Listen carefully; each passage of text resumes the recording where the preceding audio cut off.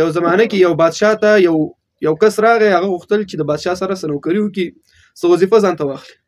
خو بیا بادشاه دغه کس نه پوښتنه وکړه که ته غواړې چې دلته په محل کې وظیفه وکړي او په دې بادشاهي کې ځان لپاره وظیفه او کار پیدا کړي، نو تا کې څه هنر دی، کوم کمال در کې شته چې د هغې په ذریعې سره تا ته وظیفه درکړم؟ هغه ترې وغوښته وایي څه کمال دی؟ وایي کمال دا کې دا دی زه چې چا ته وګورم ما ته معلومات کېږي چې دا سړی څه رقم دی، اصلیت یې راته معلومیږي. وایي دا ښه کمال دی. نو بیا بادشاه چې و ده ته وظیفه ورکړه د اسونو د ساتنې، چې ته زما اسونه ساتي. بیا زمانه تېرېدله، دغه کس دغه نوکر د بادشاه سره به یې کار کول او اسونه به یې ساتل. یو ورځ دا بادشاه لاړو او د نوکر خواته ورغی، ورته ویې ویل چې تا خو ډېر وخت زما اسونه وساتل، په دې اسونو کې د زما اس ته وګوره چې دا څنګه اس دی، اصلي نسلي دی او که نه؟ نو هغه نوکر چې د ښکلی د بادشاه د اس ته وکتل، ورته ویل چې بادشاه صاحب خفه کېږم، اس دې ساتلی دی خو نسلي نه دی، که مثل اس دی. هغه حیران شو چې دا خو ما ډېر قیمته اغوښتی دی، د چا نه چې اغوستی و د بادشاه هغه کس یې راوغوښتلو چې واله که هغه کوم ځنګل کې چې ساتلی هغه کس یې راوغوښتلو. ورته ویل چې دا خو ما تا باندې ډېر په ذمهوارۍ سره د اس اغوستی و چې تا ویل چې دا اصلي دی او نسلي دی، دا ولې داسې دی؟ اوس سړی مجبور کړي حل یې کوي. وایي بادشاه صاحب خفه کېږم، دا اس چې دی دا نسلي دی، خو یوه خوبي ده پکې، کله چې دا پیدا کېدو د دې مور وفات شوه، مړه شوه. کله چې مور مړه شوه نو د دې لپاره د شیدو اسباب موږ برابرول، خو هغه بل څه نه وو، هلته یوه غوا وه، د غواوو سره مو رالوی کړو، غواوو سره د غوا شیدې به یې څښلې، بس هغې سره مو راغټ کړی دی، نور اس نسلي دی، نور څه خبره پکې نشته. بادشاه ډېر زیات حیران شو چې دې نوکر ته څه معلومات وشو. بیا یې د نوکر نه پوښتنه وکړله چې تا د څه شي نه معلومه کړله چې دا اس چې دی دا نسلي نه دی، تا څه نه معلومه کړله؟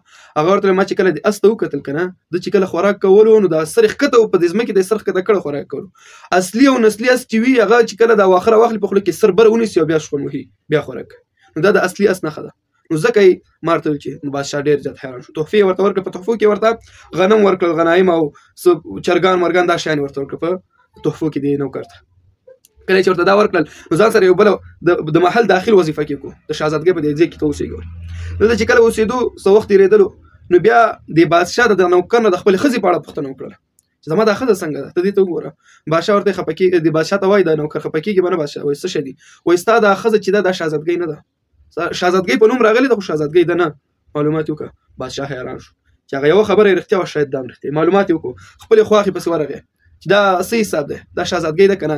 نو هغه خپله خواښې چې کله مجبوره کړله ورته ویل چې و بچې دا زموږ لور نه ده، ستا پلار زما د خاوند سره په وړوکوالي کې زما د لور د رشتې خبره کړې او هغه بیا مړه شوه، او دا چې دا زموږ لور نه ده، موږ د بل ځای نه یوه بله جلۍ را پیدا کړه، موږ چې تا د بادشاهي او د شاهي کورنۍ سره زموږ د تعلقات همداسې قایم پاتې شولي، نو موږ ځکه د دې جلۍ نکاح تا سره وکړه. زما خپله لور چې هغه مړه شوې ده.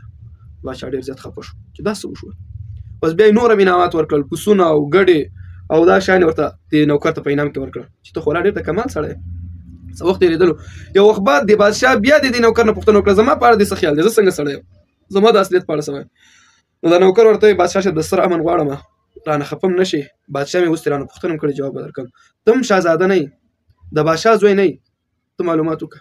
نو بادشاه ډېر زیات خفه شو، کور ته روان شو، د خپلې مور نه پلټنه او پوښتنې شروع کړې چې زه د بادشاه زوی یم که نه، شهزاده یم که نه، څه حساب ده؟ مور چې کله مجبوره کړه، مور ورته وایي چې که هر چا درته ویلي هوښیار او پوه انسان دی، ته شهزاده نه یې، د بادشاه زوی نه یې. وایي ته زمونږ زما او زما د خاوند بچي نه کېده، او موږ چې دا بادشاهي به په میراث کې بیا چاته پاتې کېږي، نو موږ ته د یو شپونکي زوی د هغه ورته ویلي د نوکر چې بادشاه صاحب خفه نه شي، ته بادشاه نه یې او ته یو کوچی د کوچي زوی د شپونکي زوی. نو کله چې د هغه ته معلومات وشو بادشاه ته چې زه خو لا د کوچي زوی یم، د شپونکي او بادشاه نه یم، نو ډېر زیات خفه شو. بیا د دې نوکر نه پوښتنه وکړله چې تا ته څه معلومات وشو چې زه د کوچي زوی یم او د شپونکي او بادشاه نه یم، معلومات درته څنګه وشو، دا راته ووایه.